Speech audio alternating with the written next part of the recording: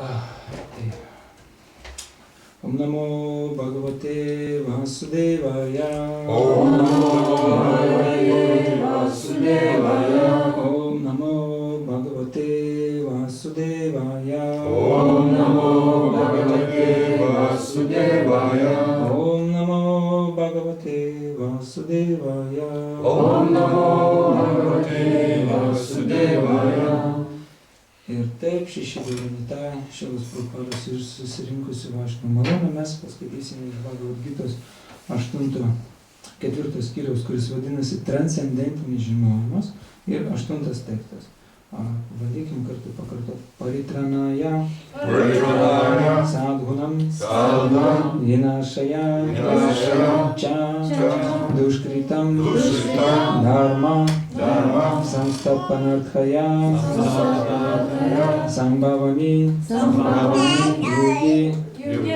yugi Paritranaya sadhunam vinashaya cha duškritam dharma samstapanarthaya sambhavami yuge Paritranaya išvaduoti sadhunam bhaktus vinashaya sunaikinti cha ir duškritam piktadarius dharma religijos principus samstapanarthaya atkurti sambhavami aš apsireiškiu jugėja epocha jugėja po epochos. Judėviškos malonės Bhaktivedanta Swami Maharadžo vertimas ir komentaras Šrila Prabhupada ki jai. Kad išlaisvinčiau dorosius ir sunaikinčiau piktadarius, o taip pat atkurčiau religijos principus, epocha po epochos aš apsireiškiu pats. Komentaras. Bhagavad Gitos teigimu, sadhu, skliausteliuose šventas žmogus, yra tas, kuris turi Krišnos sąmonę. Žmogus gali atrodyti bedievis, bet jeigu jis turi Krišnos sąmonės savybės, jį reikia laikyti sadhu. Žodis duškritam taikymas tiems, kuriems Krišnos sąmonė niekiek nerūpi. Tokie piktadariai ar duškritam vadinami kvailiais, žemiausiais iš žmonių. Net jei žemiška prasme jie ir išsilavinę. O žmonės neturintys jokio išsilavinimo ir išsiauklėjimo, bet visa savo esybė įsitraukia į Krišnos sąmonės veiklą, laikomi sadhu. O dėl ateistų, tai aukščiausias viešpats nebūtinai turi ateiti pats, kad sunaikintų juos, kaip sunaikino demonus Ravaną ir Kamsą. Viešpats turi daugybę pagalbininkų, kurie gali patys susidoroti su demonais. Jis nužengė, kad atneštų ramybę savo besąlygiškai pasiaukojusiems bhaktams, kuriuos demonai nuolat persekioja. Demonas nepalieka ramybėje bhakto, net jeigu tas yra jo giminaitis. Prahlada Maharaža buvo Hiranyakashipų sūnus, tačiau tėvas jį persekiojo. Krišnos motina Devaki buvo Kamsos sesuo, bet ir ji su vyru Vasudeva kentėjo persekiojami Kamsos dėl to, kad jiems turėjo gimti Krišna. Taigi viešpats Krišna atėjo veikiau norėdamas išgelbėti Devaki, negu susidoroti su Kamsa, nors atliko abudu darbus. Todėl posme ir sakoma, kad viešpats pasirodo įvairiomis inkarnacijomis, kad išgelbėtų bhaktus ir sunaikintų nenaudėlius demonus. Krišnadasas Kaviradžas Čitanya Čaritamritos Madhya Lila posmai glaustai apibūdina inkarnacijos požymius. Šrištygetų jį murti parapanči avatare, jie išvara murti avatara namadare, majatita paravyomi sabara asthana višvė avatari dare avatara nama. Avatara arba Dievo inkarnacija nužengia iš Dievo karalystės į materialų pasaulį. Tas Dievo asmens pavidalas, kurio jis nužengia, vadinamas inkarnacija arba avatara. Visos inkarnacijos gyvena dvasinėme pasaulyje Dievo karalystėje.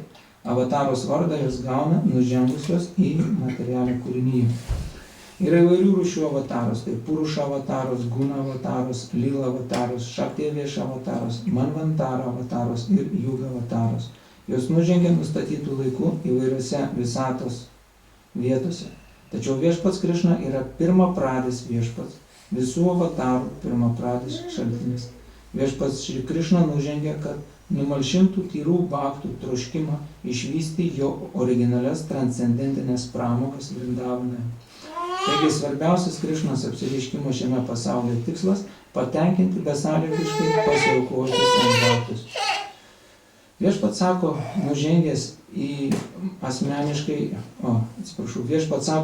nužengęs asmeniškai kiekvieną epochą. Taigi jis ateina ir Kali amžių. Šrimad Bhagavatam teigiama, kad viešpatės inkarnacija Kali Jugoje yra viešpat Čaitanya Mahaprabhu, kuris paskleidė Krišnos garbinimą, pradėjęs Sankirtanos judėjimą, skliausteliuose kolektyvinį šventų vardų giedojimą. Ir išplatino Krišnos sąmonę visoje Indijoje. Jis išpranašavo, kad Sankirtanos kultūra bus skelbiama visame pasaulyje, jis iš miesto į miestą, iš kaimo į kaimą. Apie viešpatį Čaitanę, kaip apie Dievo asmens Krišnos inkarnaciją, netiesiogiai kalbama slėpinguose, apreikštuose šventraščių dalyse, Upanišadoje, Mahabharata ir Bhagavata. Viešpatės Krišnos bhaktus labai traukia viešpatės Čaitanijos Sankirtanos judėjimas. Šį viešpatės avatarą nesusidaroja su nenaudėliais fiziškai, bet gelbsti juos savo nepriežastinę malonę.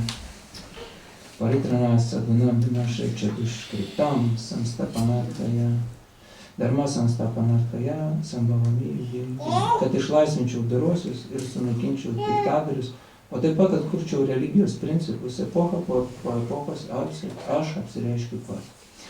Umagyanatimirandasya gyananjana shalakaya chakshurumilitam yena tasmai Shri Gurave Namaha Shri Chaitanya Manobhishtam Stapitam yena bhutale Svayam Rupa Kadamagyam Dadati Swapadantikam Vandegam Shri Guru Shri Uttapadakamalam Shri Guru Vaishnavamscha Shri Rupam Sagrajatam Sahagana Raghunathavitam Tam Sadhivam Sadvaitam Savadgutam Parijana Sahitam Krishna Chaitanya Devam Shri Radha Krishna Padan Sahagana Valita Shri Vishakanvitam Shya He Krishna Karuna Sindhu Dinabandhu Jagatpate Gopesha Gopika Kanta Vadakanta Namostute Tata Kanchana Gaurange Radhe Vrindavaneshware Vrishabham Sute Devi Pranagami Hari Priye Vanchato Patarubheshya Kripa Sindhuveva Cha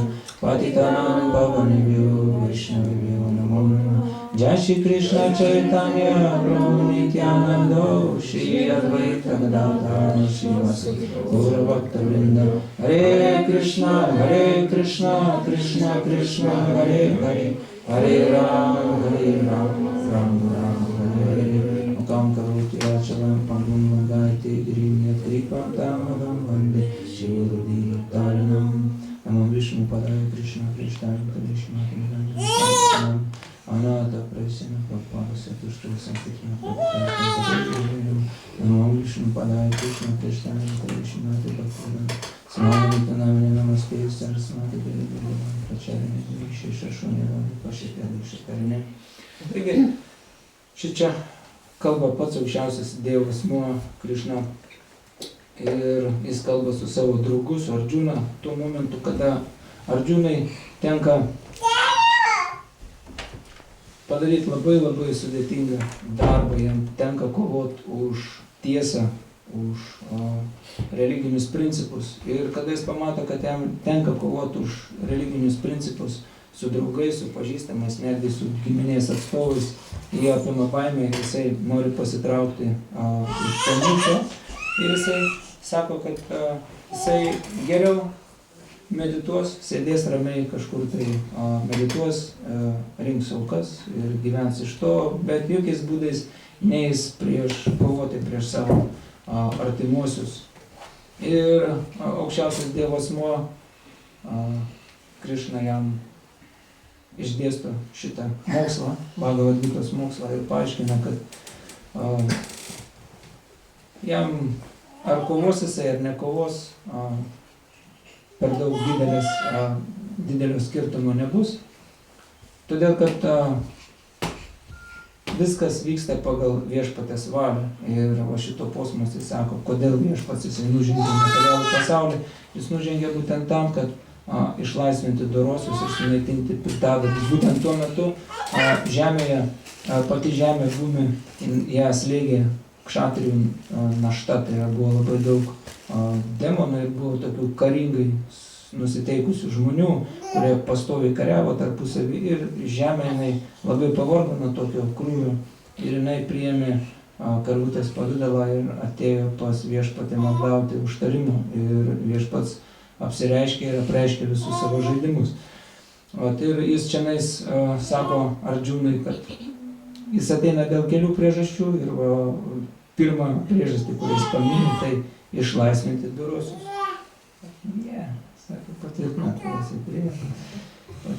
ir sunaikinti piktadarius. Ir Šrila Prabhupada komentarą sako, kad iš tikrųjų pagrindinė priežastis yra ne tam, kad sunaikinti tos demonus viešpats atėjo, bet būtent tam, kad apginti savo atsidavusius. Ir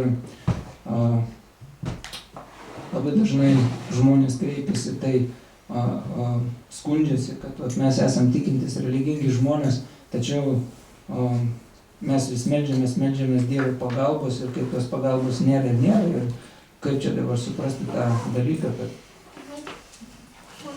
lygtais mes ir dėvoti žmonės, o sunkumų vis tiek neišvengsi gyvenime. Taip? Taip, pastebėt tokį dalyką. Kaip čia taip gaunasi? Tai kurgi čia ta Dievo pagalba tada gaunasi? Jeigu aš meldžiuosi, kai jis ateitų į mano gyvenimą ir padėtų man.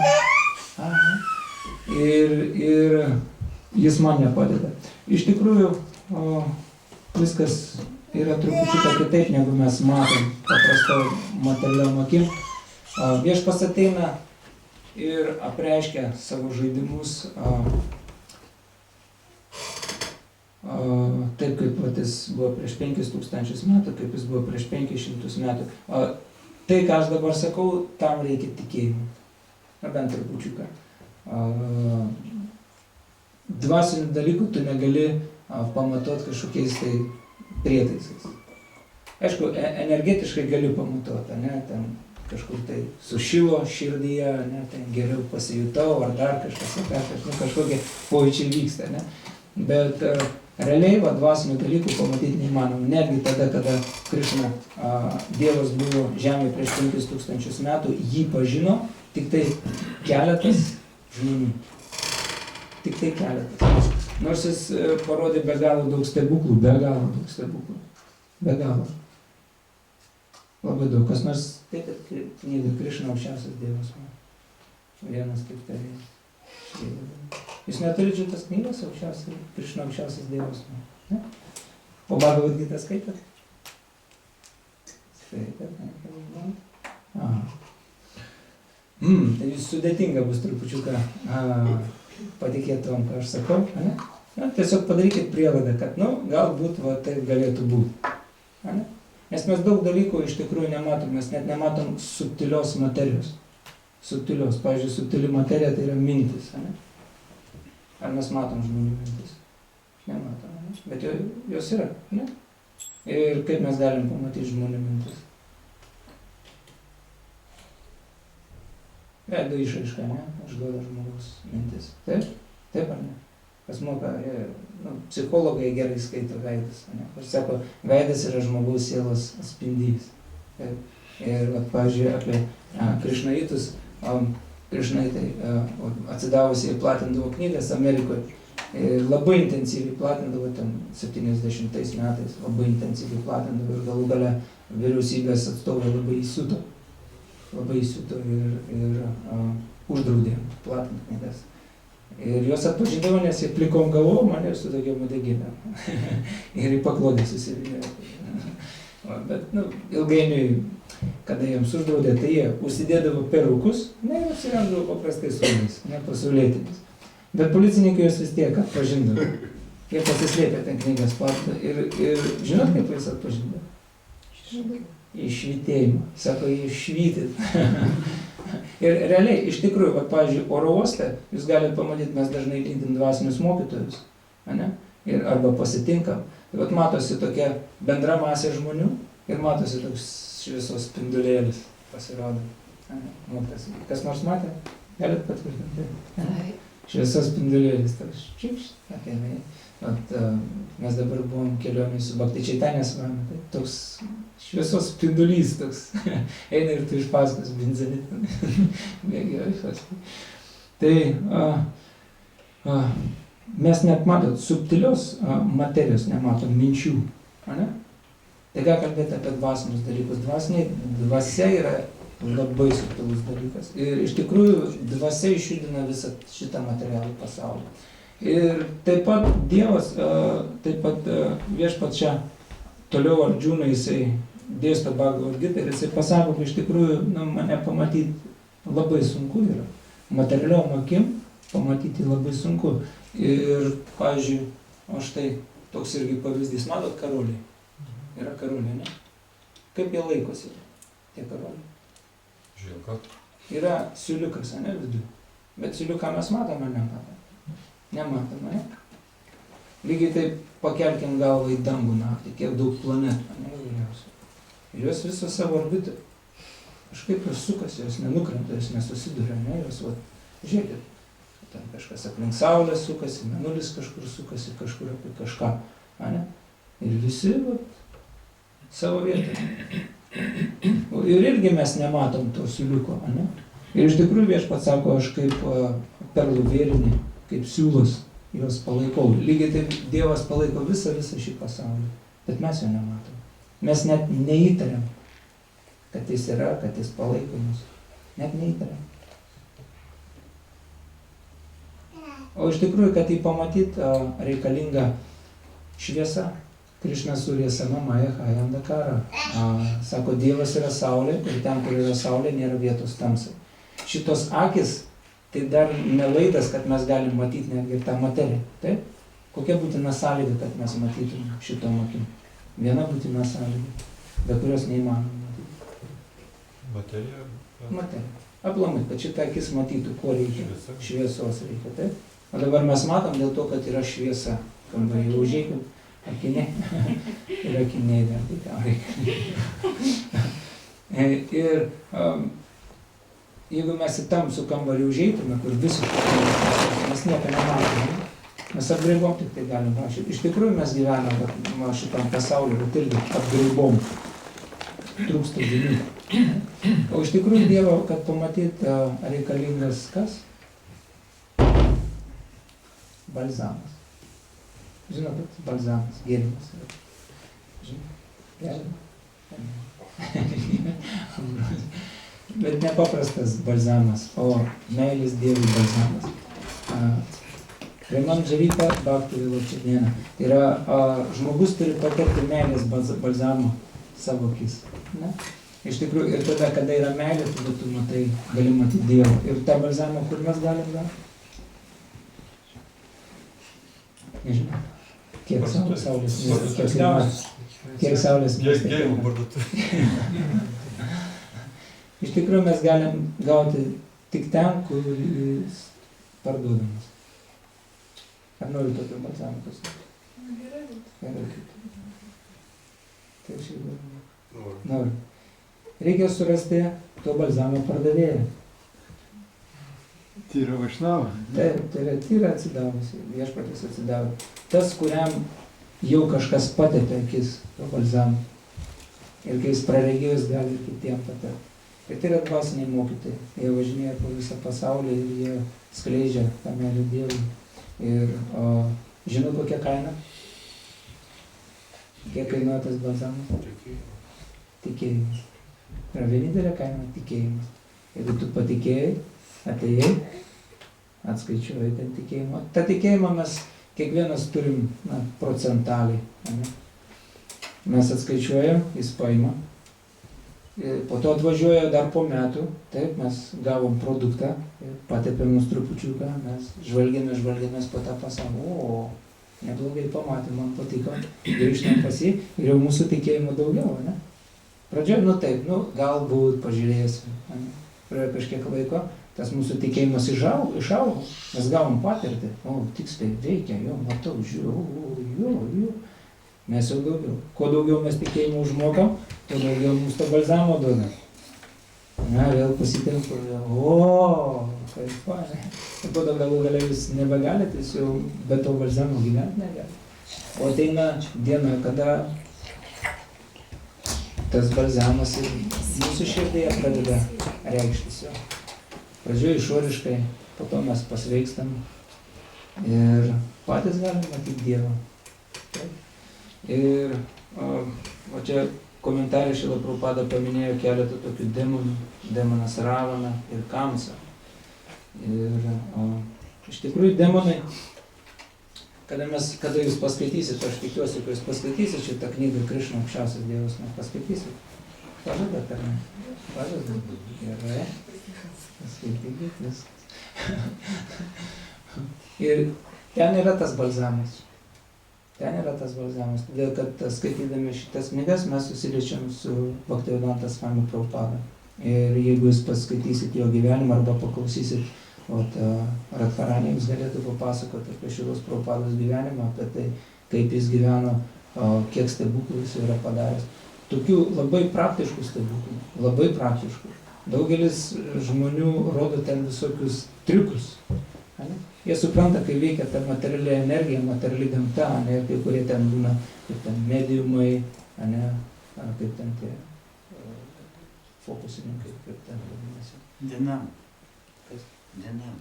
Dinamo, vienu žodžiu apgaulė. Jie apgaudinėja. Trupučiuką daugiau sužinojo, ne, apie materialinę energiją, ne, ir jie manipuliuoja. Šitie, kaip ten hipnozės, ne, yra 8 mistiniai sugebėjimai, kuriuos gali žmogus, atlikdamas tam tikras askezes, gali apsireikšti jo praktikos dėka. Tai Šrila Prabhupada darė labai praktiškus stebuklus, labai. Atėjo vienas mistikas ir sako, Šrila Prabhupada, jūs bhakti jogas, visi jogai turi mistinių sugebėjimų, sako, parodykit nors vieną stebuklą. Sako, štai pažiūrėkit mano stebuklas. Štai šitie žmonės, daugelis iš jų buvo narkomanai, alkoholikai, gyveno gatvėj, hipiai buvo, hipiai laikus prisimenu. Tokia revoliucija buvo, meilės revoliucija, LSD. Amerikų gal daugiau LSD, čia pas mus Tarybų Sąjunga, tai gal nelabai, daugiau svaigalai alkoholis buvo. Bet tai vienaip ar kitaip. Ir sako, mes su jais pabendravom, sako, aš pabendravau su šitais žmonėmis ir jie, pažiūrėkit, jie atsisakė visų žalingų įpročių. Jie atsisakė nuodėmingos veiklos. Jie nustojo vartoti svaigalus, jie tapo vegetarais, jie netgi atsisakė neleistinų lytinių santykių. Kas iš tikrųjų, tai tikrai yra revoliucija. Taip, neleistini lytiniai santykiai. Dabar, ten visuomenė, jeigu tu neturi meilužės arba meilužio, tai tu atsilikęs trupučiukai. Arba išvis gyvent santuoką, tai jau kam ta santuoka? Čia viskas gerai. Gyveni savo, kaip teka, viskas gerai. Bet Šrilos Prabhupados mokiniai pasekėjai sugebėjo pasiekti. Ir atsisakė neleistinų, tai yra azartinių lošimų. Tai va, ir tada tas pasikasė pakaušį, sako. Ir sako, aš jiem pinigų už tai nemoku. Aš jiem atlyginimų nemoku. O jie nuo ryto iki vakaro pluša ir tarnauja, ir platina knygas, ir gamina, ir daro programas, švietėjiškas veiklą atlieka. Ir tas pasikaštų. Jo, sako, čia stebuklas. Ir iš tikrųjų, realiai gali daug triukų padaryti, kad patraukti dėmesį. Tai šitam pasauliu kiekvienas žmogus, kiekvienas. Mes galim save gal to ir nepastebėti, nes pastebėti savyje trūkumus yra be galo sunku. Taip, tai trūkumų lengvai matosi kitose. Savyje. Savo problemą pastebėti yra sunkiausia. Taigi, tai pažiūrėjau, kam jis tai daro? Atrodo, paimtų, va taip ir nebedaryti. Bet kada žmogus rimtai pradeda keisti save, kas nors bandė keisti save? Matė trūkumus, lengvai gausi. Pirmą savaitę gal neblogai, fainai, kažko nebeturiu, ne, po savaitės jau žiūrėjau, kad vėl darai tą patį. Kaip čia dabar? O kitose trūkumus po to matyti labai lengva. Tai va tas pakeitimas vidaus, iš tikrųjų tai yra be galo titaniškas ir didelis darbas. Vieną kartą Arinino Prabhu pasakė, sako, iš tikrųjų Krišnos atsidavę yra didvyris. Ir realiai, kažkada taip pagalvoju, kaip taip didvyriai? Čia taip revoliucinė tokia mintis. Eina metai ir tu matai, iš tikrųjų žmonės didvyriai. Todėl, kad jie, kaip Viktoras Cojus dainuoja, хочешь ли ты принять как есть, встать и выйти из ряда вон. Visi eina, va taip eina. Kaip taip gerai, kaip neša, o čia viskas gerai. Valgau, ką nori, daryk, ką nori. Čia, viską, tugi pats viską kontroliuoji. O realiai pamatai, kad tave neša karma. Tai yra tavo praeitų gyvenimų nuodėminga arba doriminga veikla. Ir realiai tu pamatai, kad tu negali netgi pats veikti. Kad tavo aplinkybės taip sudėliojamos, tu nenorėtum taip pasielgti, bet tu prieš savo valią paimi ir pasielgi. Ir po to vėl pakauši, kodėl aš tai padariau, kaip aš tai. Tai vat, priimti, yra taip, aš silpnas, aš nesugebu gyventi teisingai, ir išeiti iš tos, ir dirbti su savim dirbti. Nes paprastai mes norim keisti pasaulį aplink save, su savim dirbti mes nenorim. Va čia atsistoji ir tu supranti, kad be viešpaties pagalbos, be kažkieno pagalbos nesusitvarkys. Gali nueiti pas psichologą, patvarkys ten trupučiuką, ne? Bet tai yra tas pats, sakoma, pavyzdys, aš nešu naštą ant vieno pėties, nuėjau pas psichologą, nes man nuo to pėties, nes pavargo perkelį ant kito pėties. Ir palengvėjo. Bet aš tą pačią naštą nešu. O ką duoda bendravimas su Dievu ir su Dievo tarnais, tiesiog numesti tą naštą visiškai, pasilikti laisvam. Mes tem, kaip sako, kiekvienas tempia tą savo kryželį. Kam jį tem? Reikia iš vis palikti. Bet tam, kad jį palikti, turi suprasti, kad jis visiškai man nereikalingas, tas kryžius. Tai va, ir viešpats ateina į materialų pasaulį būtent dėl tos priežasties. Ne tam, kad išvaduoti savo atsidavusius nuo sunkumų. Kažkas galvoja, jeigu aš tapsiu dievotas žmogus, tai nebebus sunkumų. Viskas. Viskas pas man bus kaip sviesto, kaip sako, patepta. Ne, sunkumai bus. Ir sunkumų gali būti, kad bus dar netgi daugiau.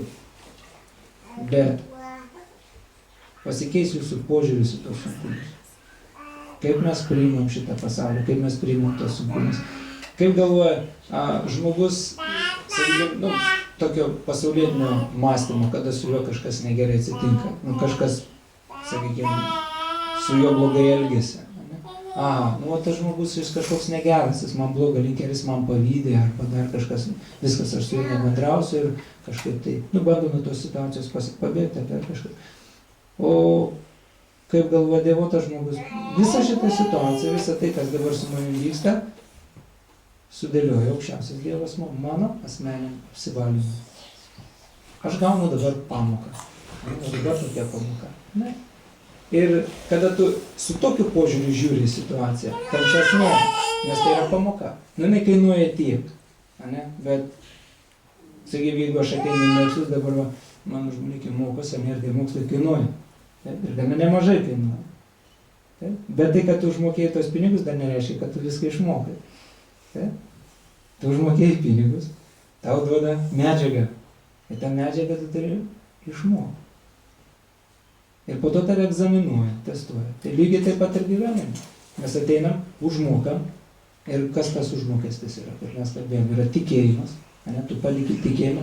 Ir tikėjimas tai iš tikrųjų galbūt pati didžiausia kaina, kokią mes galim šiam pasauliu užmokėti. Tai kad pasitikėjimas, pastebėt, kaip brangiai kainuoja. Jeigu kažkam tai mes pasitikėjom kažkokį žmogų ir mus nuvylė arba įskaudina, mes to žmogum daugiau nenorim bendrauti. Skauda. Taip? Jeigu mus kažkas įskaudina, viskas širdis užsiveria, taip skauda. Jau geriau ten sutrenktų ar ten kūno kažkas atsitiktų, ne, bet kai širdį pažeidžia. Ir tada mes jau taip užsidarom, kad su niekom nebendrausiu, viskas, daugiau nieko aš į savo širdį neįsileisiu, ne? Turėjo tokią patirtį. Ir tas tikėjimas, tas pasitikėjimas iš tikrųjų pati didžiausia kaina, nes tu atvari tai, kas tau yra brangiausia, atiduodi savo širdį. Tai dėl to mes turim patikrinti, ką mes turime daryti savo širdį. Taip? Tulsibrį, ar taip? Nu, susilaukė jinai dėmesio, dabar gerai, nebiškai apreis. Visiems reikia dėmesio. Mes ateiname šį pasaulį, mums reikia dėmesio. Ir jeigu vaikas negaus dėmesio, kas bus? Bus nukris. Pradės verkti. Duodi dėmesio, viskas gerai. Nenori klausyti, ką tėvelis šneka, nenori apie save kalbėti. Tai va, tai viešpats iš tikrųjų ateina į materialų pasaulį, kad apgint savo atsidavusi. Ir kaip jis juos apgina? Jeigu mes pasižiūrėsim, tyriai atsidavusi, tie, kurie visą savo gyvenimą atiduoda tarnystei Dievui, jie patiria be galo daug sunkumų. Be galo daug. Ir tai kame tada ta apsauga viešpatės? O būtent viešpats apsaugoja taip, kad jo atsidavęs gali galvoti apie jį. Ir visai neseniai, čia kelionė, žinot, kelionė visada sunkumai kažkokie, tai būna kažkur kažkas ir teko pabendrauti atsidavę. Sako, nu tai blogai buvo, tai blogai. Bet prie to blogumo aš meldžiausi. Ir aš kažkur buvau viduj.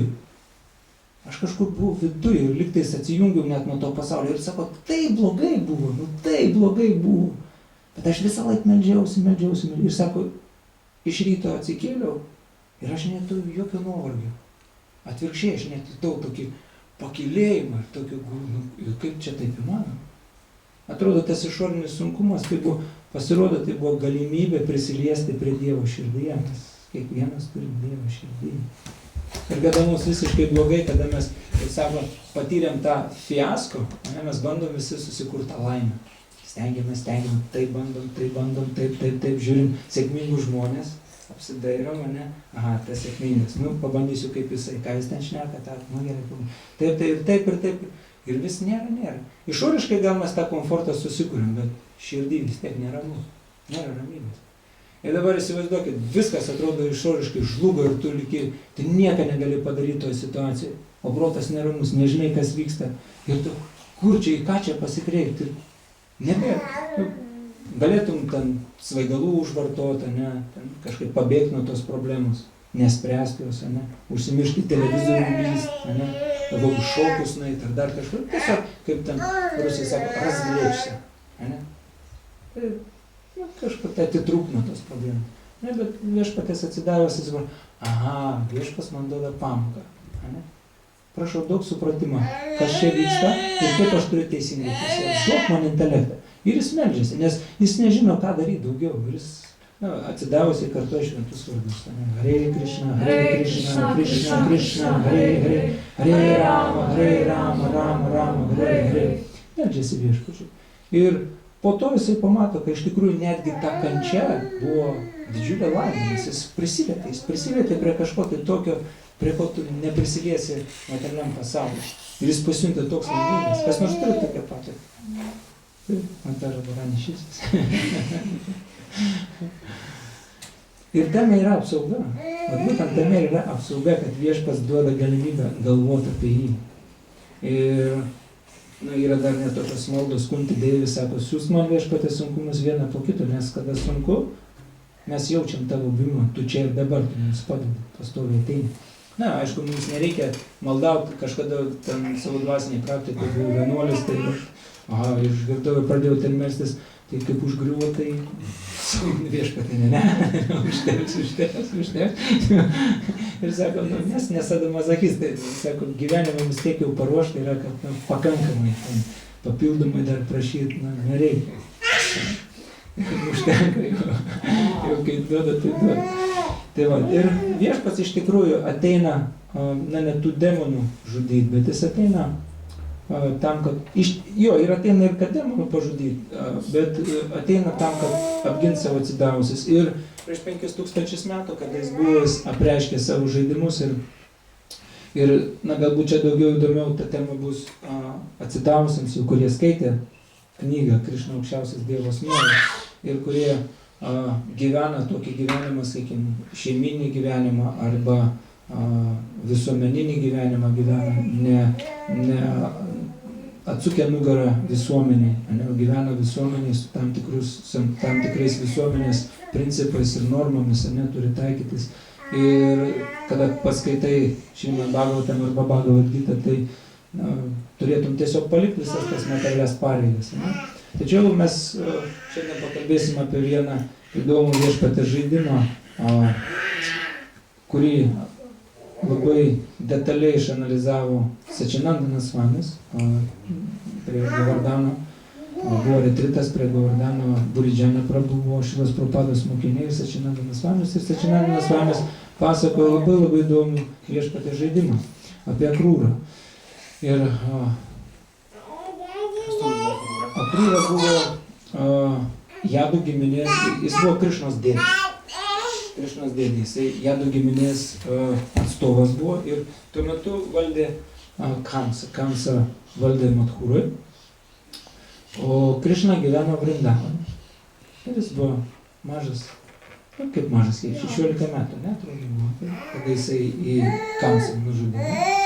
16 mečiai buvo. Piemenukai. Keistai, tai skamba Dievas piemenukas. Bet ta alegorija, tai ne vien tik tai, sakykim, vedų kultūroje galima sutikti. Jėzus Kristus kaip vadinamas? Irgi piemuo, ne? Irgi. Tai labai yra gili prasmė visame tame. Tai tiesiog, kad neatrodytų keistai, kad Dievas piemenukas. Tai taip pat irgi, sakykim, kultūroje Boružės, koks vardas dar kitas yra? Dievo karvutė, ne? Iš kur mūsų proseneliai žinojo, kad Dievas turi karvučių? Dievo karvutė sako, skrisk į dangų, ten tavo vaikai gaili laukia. Yra tokia daina, vaikystė daina. Ir sakoma, kad mes esame sielos, dvasinės sielos, mes nesame šitas kūnas. Ir mes kažkada buvom dvasiniam pasaulyje, bet mes puolėm. Kaip ten buvom šitam vienuolyne Kretingoj. Tai vienas vienuolis, jisai sako, ką reiškia nusidėti. Jis paaiškino žodį nusidėti. Mano vieta yra čia, jisai sako, bet aš nusidėjau iš šitos vietos va čia. Vat sako, čia mes ir nusidėjom, kad mes iš kažkur atėjom čia. Tai va, tokia prasme, kad mes nusidėjom. Mes norim pabūti kuo mažais dievukais, norim pakontroliuoti, pavaldyti šitą pasaulį. Ir Viešpats mums sudaro sąlygas. Žinot kodėl? Sudaro sąlygas iš meilės. Jis mūsų geriausias draugas. Paradigma, kad Dievas, tas su žaibais, nubaus mane, nedaryk to, nes jis nubaus, bijokit Dievo. Ar gali būti meilė iš baimės? Ne. Gali prikišti pistoletą žmogui ir pasimylėk mane. Aš tave myliu, labai myliu. Labai gal absurdiška situacija, ne? Taip, meilė, tai negali būti jokios prievartos. Tai va, ir Viešpats iš meilės, tu nori to, jis sako, neikite materialų pasaulį, neik, bet aš noriu. Ir kaip mažas vaikas, pavyzdžiui, kažko tai nori. Noriu, neduodi, ką jisai verkia. Pasimti. Ir aš tą sakiau. Tai lygiai taip pat mes jau čia naisi, ką padarysi, jau atsidūrime. Ir Viešpats jisai ateina į materialų pasaulį, jisai, kaip pasakyti, pareklamuoja, ką mes galim turėti, tokia super duper reklama būna, jisai padaro, atlieka savo žaidimus, ir sako, žiūrėkit, ką jūs pamirštate, jūs galite turėti santykius su manim, labai gražius, labai tobulus santykius. Tai va, ir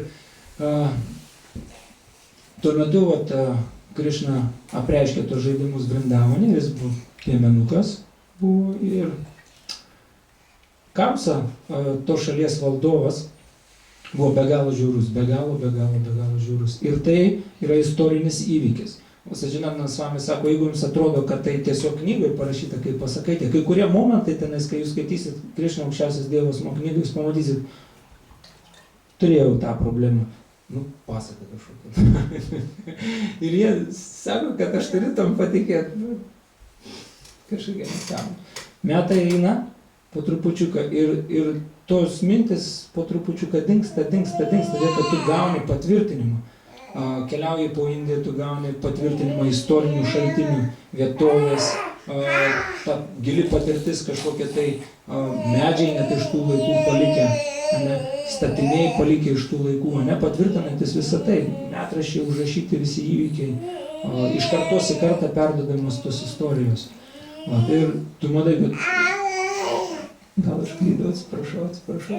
Tai buvo tas Kamsa valdovas, buvo be galo žiaurus ir jis turėjo seserį Devakį ir Devakį vedė ir kaip brolis jisai surašė labai prašmatnes vestuves ir jie susitakė ir važiavo vežimu Devakį ir Vasudeva, vyras ir žmona, ne, ir Kamsa, tas demonas. Ir staiga iš dangaus pasigirdo balsas, Kamsa, tu kvailys. Tu dabar važiuoji vežimu, kur sėdi moteris, kurios 8 vaikas tave nužudys. Ir Kamsa tik išgirdo tai. Mums sunku patikėti, ne kaip kažkokie arba siaubo filmą, ar dar kažką čia kažkur nugriaudėjo iš dangaus, bet realus įvykis.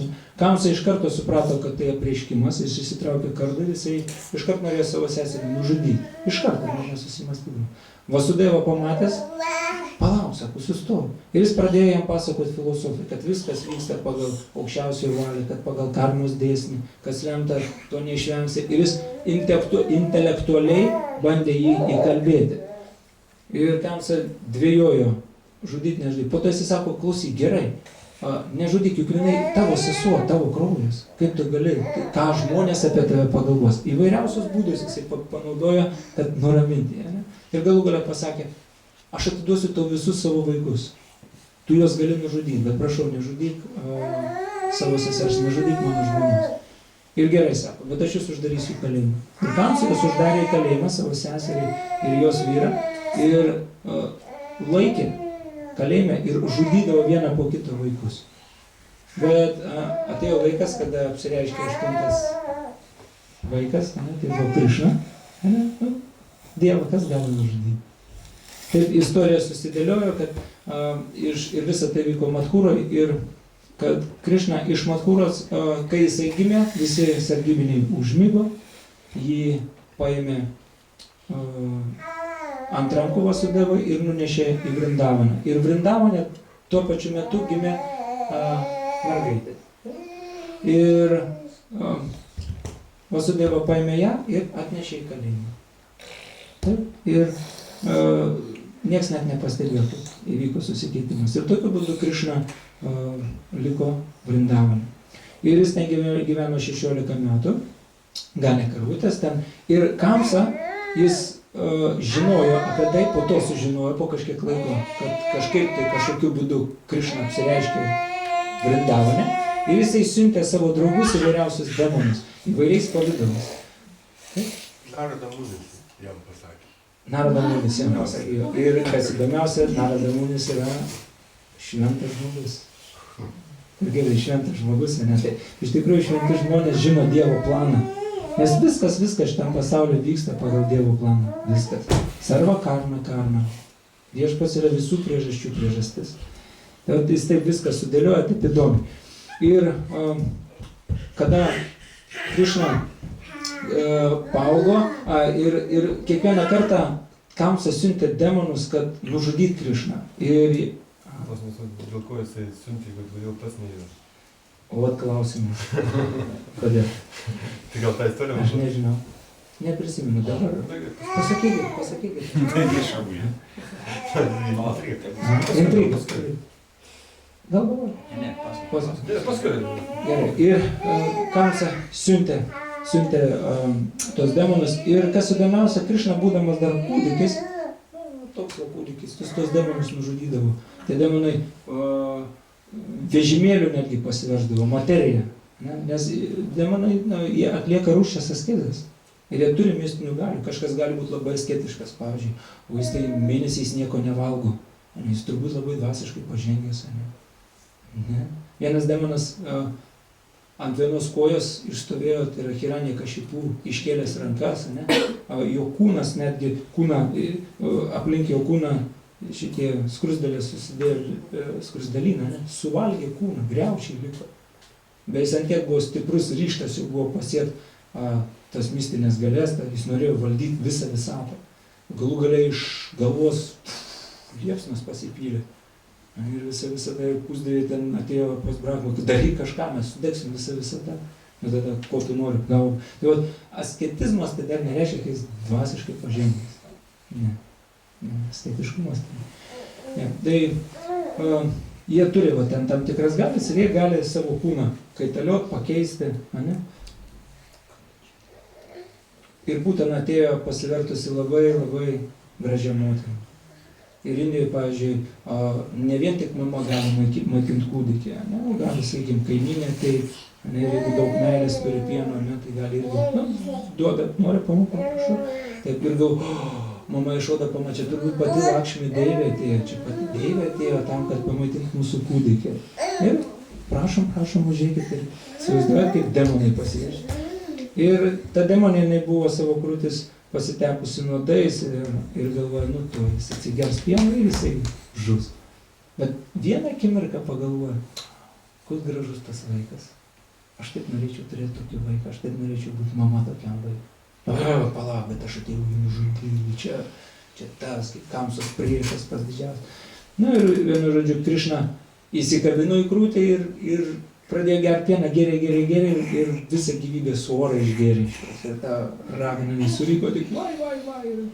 Ir jinai vėl įgavo savo tikrą pavidalą. Ir tas tikras pavidalas buvo, aš to myliu, jeigu neklystu. Užaugo ir nukrito. Ir visi kaimo gyventojai ir žiūrė, o Krišna savo žaidžia ir tokie du kalnai, tokios dvi krūtis, tokios šlopunys didelis.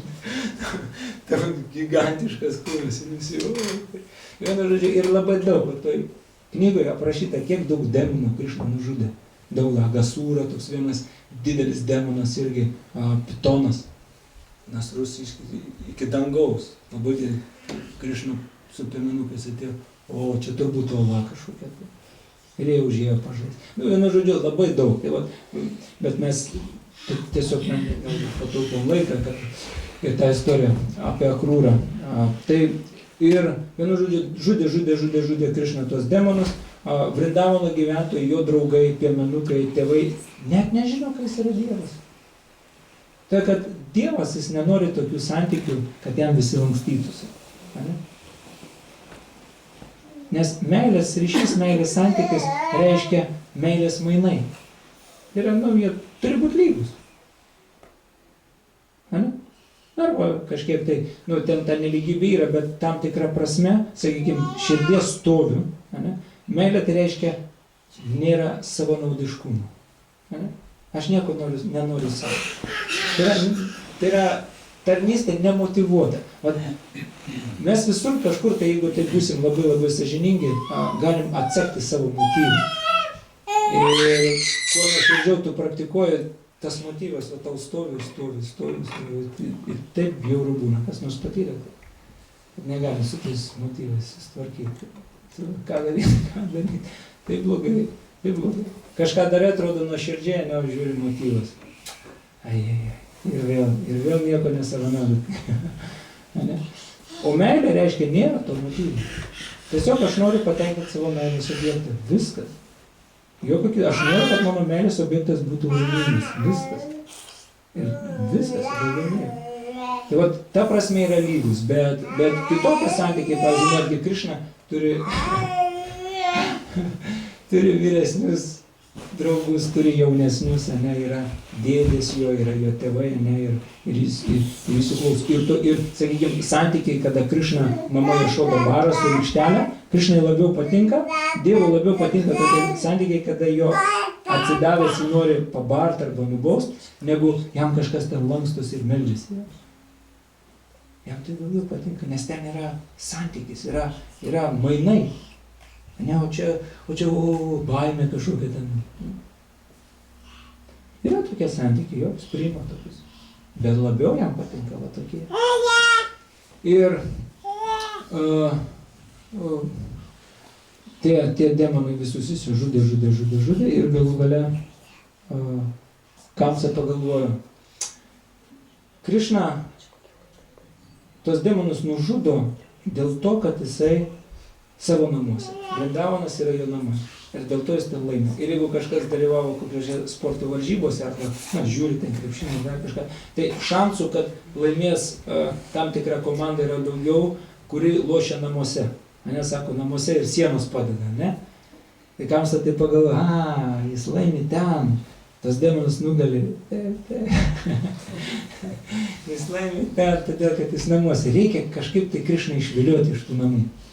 Ir jis suorganizavo tokias rungtynės, pakvietė pačius stipriausius ten imtynininkus, labai galingus, be galo galingus, ten profesionalai. O Krišna 16 metais, pirmalytis, ir galvoja, kai jis ateis, visi jį ringė tiesiog ir sutraiškė. Ir galvoja, kągi čia nusiųs.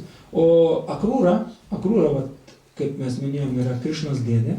Ir taip kaip Kamsa labai bijojo Krišnos, žinojo, kad buvo apreiškimas, kad Krišna jį nužudys, jis žiauriai bijojo. Jis visur girdėjo Krišnos vardą, jisai ėjo, jam vaidendavosi. Visur mirti matyti, visi ženklai jam liudydavo, kad jį greit nužudys, jis be galo bijojo. Ir dėl to, kas būdavo tik susijęs su Krišna, jis visur žudydavo. O Akrūra buvo jo dėdė. Tai Akrūra, jisai apsimetė demoniškos mąstysenos žmogų. Ir jis buvo be galo protingas ir išmintingas, ir jisai tapo Kamsos patarėjai, premjerministru. Įsivaizduojat? Visi kiti Jadų giminės atstovai, jie pabėgo tiesiog. Pabėgo kažkur tai susislapstė, todėl kad Kamsa turėjo be galo daug špionų visokiausių. Ir labai galingi, pavyzdžiui, kad